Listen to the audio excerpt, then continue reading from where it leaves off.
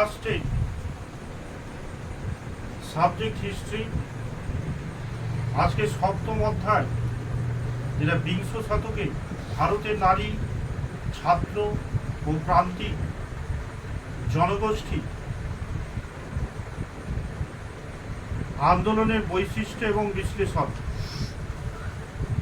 এই চ্যাপ্টার থেকে 4 মার্কের জন্য ভারত ছাড়ো আন্দোলনের পর্বে 1942 নারী আন্দোলনের পরিচয় দাও।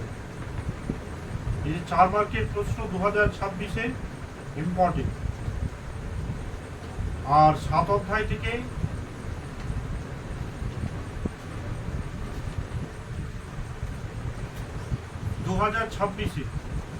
ভারত ছাড়ো আন্দোলন পর্বে 1942-এর নারী আন্দোলনের পরিচয় দাও। তো 1942 খ্রিস্টাব্দে 7ই আগস্ট মুম্বাই শহরে কংগ্রেসের অধিবেশনে ভারত ছাড়ো আন্দোলনের প্রস্তাব গৃহীত হয়েছিল। তো প্রথম 1942 খ্রিস্টাব্দে 7ই আগস্ট মুম্বাই শহরে কংগ্রেসের যে অধিবেশন হয়েছিল মুম্বাইয়ে, সেখানে ভারত ছাড়ো আন্দোলনের প্রস্তাব গৃহীত হয়। মানে ব্রিটিশদের উদ্দেশ্যে গান্ধীজির একটাই বক্তব্য ছিল, তোমরা ভারত ছাড়ো। গান্ধীজি জাতির উদ্দেশ্যে বলেন যে ব্রিটিশদের ভারত ত্যাগ এবং ভারতীয়দের পূর্ণ স্বাধীনতা ছাড়া দেশবাসী সন্তুষ্ট হবে না। মানে গান্ধীজি অনুধাবন করেছিলেন, বুঝতে পেরেছিলেন যে ব্রিটিশরা যতক্ষণ ভারতবর্ষ থেকে ছেড়ে যাচ্ছে ততক্ষণ ভারতের পূর্ণ স্বাধীনতা সম্ভব নয় এবং দেশবাসী সন্তুষ্ট হতে পারবে না। সেই জন্য 1942 খ্রিস্টাব্দে 7ই আগস্ট মুম্বাই শহরে কংগ্রেসের অধিবেশনে ভারত ছাড়ো প্রস্তাবটি গৃহীত হয়েছিল এবং ব্রিটিশ ভারত ত্যাগ এবং ভারতীয়দের পূর্ণ স্বাধীনতা ছাড়া দেশবাসী কখনোই সন্তুষ্ট হবে না। তিনি বলেন যে আমরা হয় করব আর নইলে মরব। তার মানে ভারতকে স্বাধীনতা করব আর না পারলে মরব।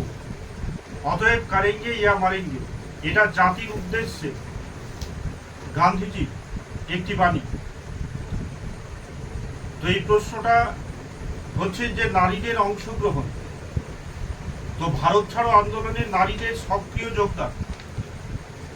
আন্দোলন ঘোষণার কিছুদিন মধ্যেই জাতীয় স্তরের প্রায় সব নেতাকে গ্রেপ্তার করা হলে সর্বস্তরে ভারতবাসীর সঙ্গে দেশের বিভিন্ন প্রান্তে অসংখ্য নারীও সক্রিয়ভাবে এই আন্দোলনে সামিল হয়।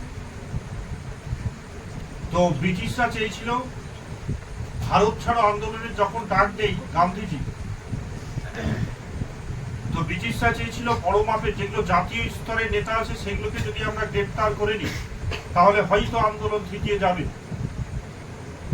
কিন্তু আন্দোলনে যোগদান বলেছে আন্দোলন ঘোষণার কিছুদিনের মধ্যেই জাতীয় স্তরের প্রায় সব নেতাকে গ্রেপ্তার করা হলে সর্বস্তরে ভারতবাসীর সঙ্গে দেশের বিভিন্ন প্রান্তে অসংখ্য নারীরাও সক্রিয়ভাবে এই আন্দোলনে সামিল হয়। দ্বিতীয়, জাতীয় স্তরে আন্দোলন।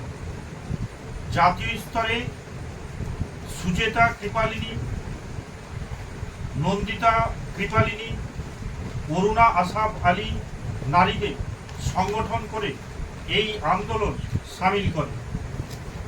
তো নারীরাও এই আন্দোলনে যুক্ত হয়েছিল বিভিন্ন সংগঠনের মাধ্যমে, যেমন সুচেতা কৃপালিনী, নন্দিতা কৃপালিনী, অরুণ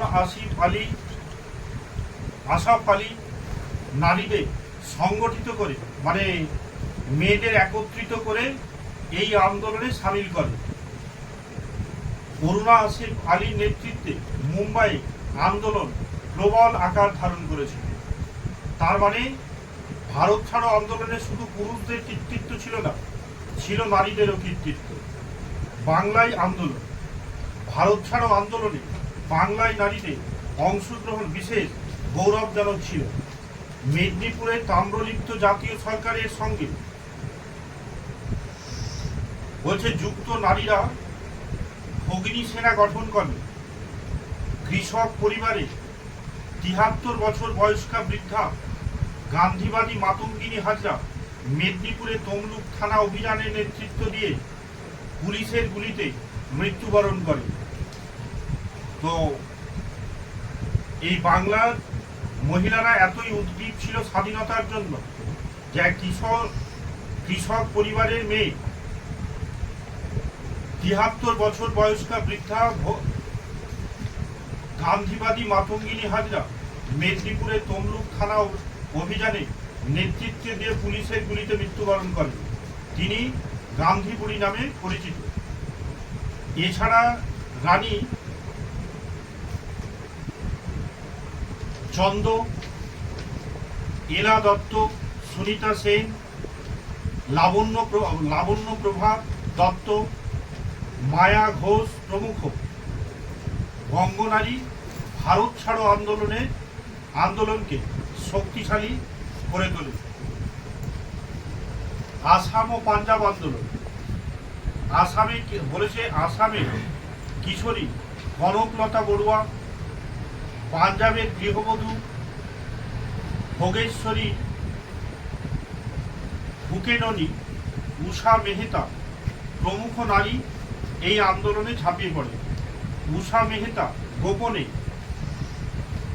কংগ্রেসের